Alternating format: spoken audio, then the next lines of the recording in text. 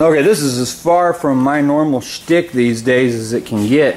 This is a 93 Toyota Camry. We just got it in here a minute ago.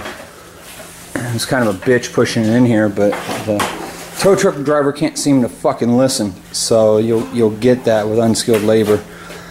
I'm not saying all tow truck drivers are unskilled labor, but this guy was for sure. I understand there's a hole in the block of this engine. So we go to the junkyard.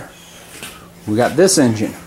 Same year, make, model. Fuck, I'll be honest, the car was the same color.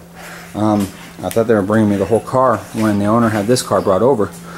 I bugged guys there at the boneyard enough. They finally said, fuck you, here's the keys, here's a battery, go see if it starts. Fired right over. It's higher miles. It's a 93. Let's face it, they're all higher miles. It didn't tick, it didn't rattle, it didn't smoke. The exhaust had been cut or disconnected, so I could hear every valve, everything in the engine through that loud, obnoxious noise. We pulled off the timing cover, the top portion of the timing cover, and we come to our surprise, it's a brand new Gates belt. I mean, brand new. No pitting, no problems with it. I did the straight line test here. There's only about 1/4 to 5/16 room flex on it, which is, as a rule of thumb, a factory standard for timing belts. I didn't look up the specific engine, what the spec was, but when I was running service, that was the norm. So far all I've gone is I've taken off a lot of the hose that they cut. They did a real clean strip on this. All the plug-ins are intact, so we're gonna leave all this shit intact, drop it in there, unplug and replug the new ones. Okay, so we've been cruising along. I actually missed a segment. My guys got everything pulled. That's the new motor. We had some discussion and concern. Chime in the comments if you like. This one actually had an exhaust that was the a turbo pedestal manifold for obvious purposes, and clearly this motor, they probably blew the chip and set it up for a turbo originally. And from what I can gather, all the components are the same as the blown motor.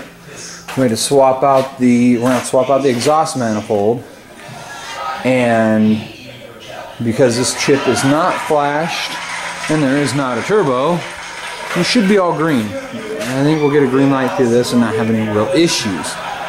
I'll let you know before this is all said and done with, but aside from that, if I got to get the computer that was from this engine, that car is still available for parts. We propped this thing open, had a brand new timing belt, perfect tension. We're actually in the process of dropping it back in now. Like I said, this isn't something I really do anymore. It's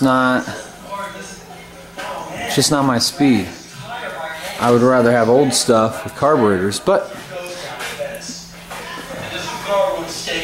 here we are. Looky there. We got her in there. The carrier bearing on the back side, we actually had the bolts in the mount. Still, we put the bolts, we pull shit, we put the bolts back in where they came from, or at least transfer them over to the new motor as we do this.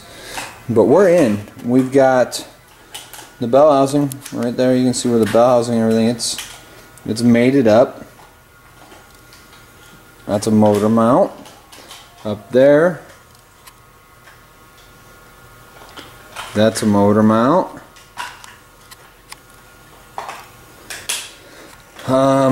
Like I said, we got some work to do on the exhaust, the manifold itself. We got a stud to replace, and just some miscellaneous shit. It's to be expected. It's a 93 Camry.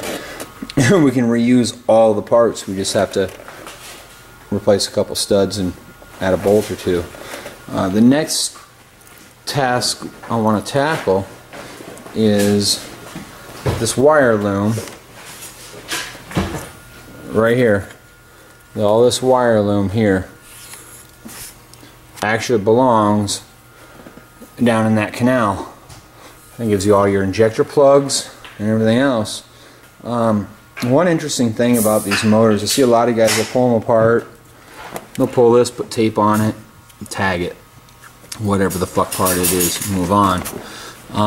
It's a good idea. It's good use of time, I suppose.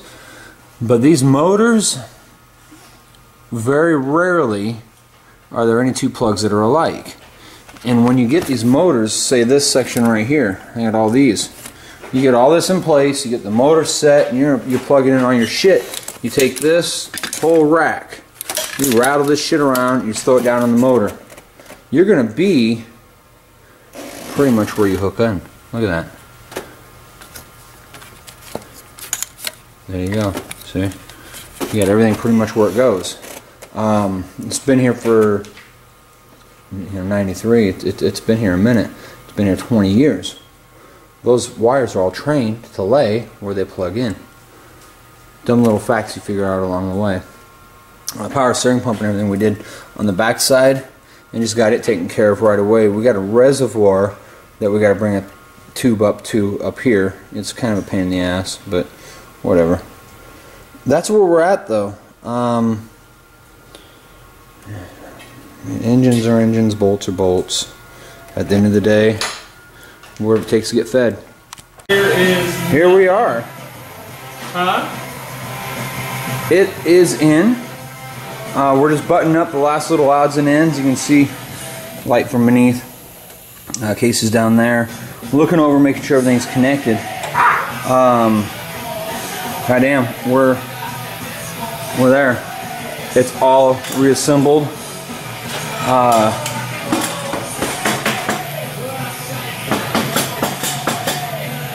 This is actually the third day we've worked on it.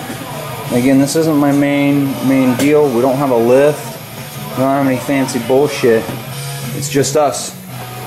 I got the broken bolt out of the exhaust manifold. I've got the exhaust over here. We just cut it. We said fuck it. We chopped it off right there. I mean, my main vice now is fabrication, so I don't think welding exhaust together is going to be all that bad. It's cut off in a good spot underneath. All you do is throw it underneath there and bolt it up. We're going to fire this thing up here in a minute. First, it's a module, and together real smooth.